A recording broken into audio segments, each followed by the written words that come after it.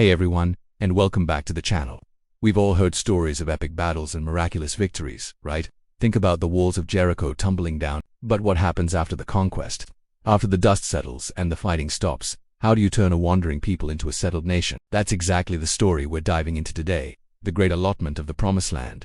It's one of the most incredible, detailed and significant parts of the Old Testament, found in the book of Joshua. This isn't just about drawing lines on a map, it's about promises fulfilled, a nation being born, and a divine plan unfolding right before our eyes.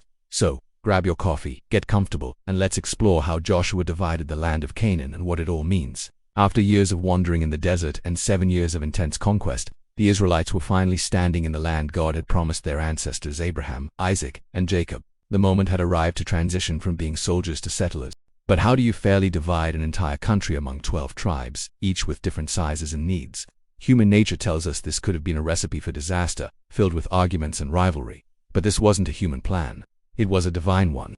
The entire process was overseen by God, with Joshua as his faithful administrator. The key method used: casting lots.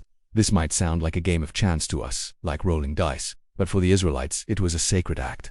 It was their way of removing human bias and letting God's sovereign will decide who got what. By casting lots, they were affirming that God knew best which piece of land was suited for each tribe. So, let's get into the specifics. The division began with the largest and most influential tribes. Unsurprisingly, the tribe of Judah received the first and one of the most significant portions. Their territory was in the south, a vast expanse that included key strategic and historical cities like Hebron, and eventually, Jerusalem.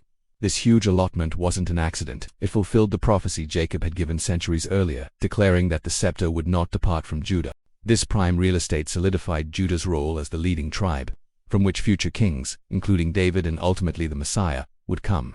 It was a physical manifestation of their spiritual and political importance in the nation of Israel. It set the stage for their leadership for generations to come. Now, you might be wondering, what about all 12 tribes? Well, here's a fascinating detail. There were actually 13 tribes, but one of them, the tribe of Levi, received no land at all. Why were they left out? Because they had a different, unique inheritance. The Levites were God's designated priests and ministers. Their role was to serve in the tabernacle, and later the temple, and to teach the people God's laws. Instead of a parcel of land, their inheritance was the Lord himself. They were to live among all the other tribes in designated cities, called Levitical cities, supported by the tithes of the rest of the nation. This arrangement ensured that God's spiritual guidance was present throughout the entire land of Israel, not just concentrated in one area. It was a beautiful picture of their special calling and separation for holy duties. Next up, we have the sons of Joseph, Ephraim and Manasseh. If you remember the story from Genesis, Joseph's father, Jacob, adopted Joseph's 2 sons as his own. This meant they each received a full inheritance, effectively giving Joseph's family a double portion. This was a huge honor, reflecting Joseph's incredible journey from a betrayed brother sold into slavery to the savior of his family in all of Egypt. Their territories were located in the fertile central part of Canaan. Ephraim's land was a rich and strategic area, and they became a powerful and sometimes rival tribe to Judah. Manasseh received a huge territory, so large in fact that it was split into 2 halves, one on the east side of the Jordan River and one on the west. This double portion was a direct fulfillment of Jacob's blessing and a testament to God's faithfulness in honoring Joseph's legacy. So, with the big tribes settled, what about the rest? After the initial allotments to Judah, Ephraim and Manasseh, there was a bit of a pause. The remaining 7 tribes hadn't yet received their land. It seems there was some hesitation, perhaps a fear of the remaining Canaanites or just the daunting task of surveying and settling new, unfamiliar territory. Joshua had to rally them. He sent out a team of surveyors, 3 men from each of the 7 tribes, to map out the rest of the land. They divided it into 7 portions, wrote down descriptions of the cities and landscape, and brought the report back to Joshua at Shiloh, which was the spiritual center of Israel at the time. Once again, they cast lots before the Lord, and each of the remaining tribes, Benjamin, Simeon, Zebulun, Issachar, Asher, Naphtali, and Dan, received their designated inheritance. Let's zoom in on a couple of these. Take Simeon, for example. Their territory was unique because it was located entirely within the borders of Judah. This also fulfilled a prophecy. Jacob had said that Simeon and Levi would be scattered in Israel because of their past violence. We already saw how Levi was scattered. For Simeon, their small numbers and location within Judah meant they were eventually absorbed into the larger tribe, just as predicted. Then you have tribes like Zebulun and Issachar in the north. Zebulun's territory was strategically placed along ancient trade routes, including the way to the sea, fulfilling the prophecy that they would dwell at the haven of the sea. Issachar's land, on the other hand, was in the incredibly fertile Jezreel Valley, perfect for agriculture.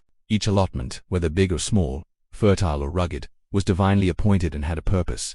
But the division of the land wasn't just a logistical exercise. It was a profoundly spiritual event that marked Israel's true establishment as a nation. For centuries, they had been a people defined by a promise, the promise of a land. Now, that promise was a tangible reality. The boundaries established order, gave each tribe a sense of identity and belonging, and created a framework for governance and community. It fostered a sense of unity under God's covenant.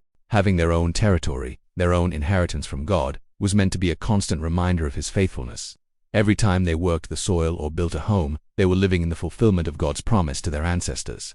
This wasn't just real estate, it was their holy inheritance. However, the story doesn't end with a perfectly neat happily ever after. A crucial part of this whole process was that the Israelites had to take possession of the land they were given. God allocated the land, but they had to have the faith and courage to drive out the remaining inhabitants as God had commanded.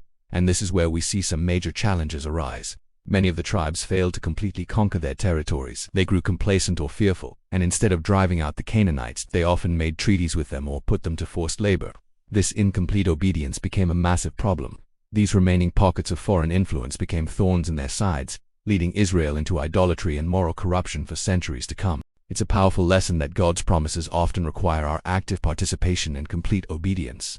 This entire process, from the casting of lots to the individual tribal allotments, underscores the incredible leadership of Joshua. He was the bridge between Moses and the era of the judges.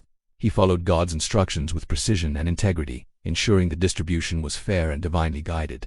He wasn't just a military general. He was a spiritual and administrative leader who successfully managed one of the most complex transitions in Israel's history. His guidance was essential in maintaining unity and establishing the spiritual and practical foundation for the new nation. He stands as a powerful example of what it means to be faithful to God's calling, from beginning to end.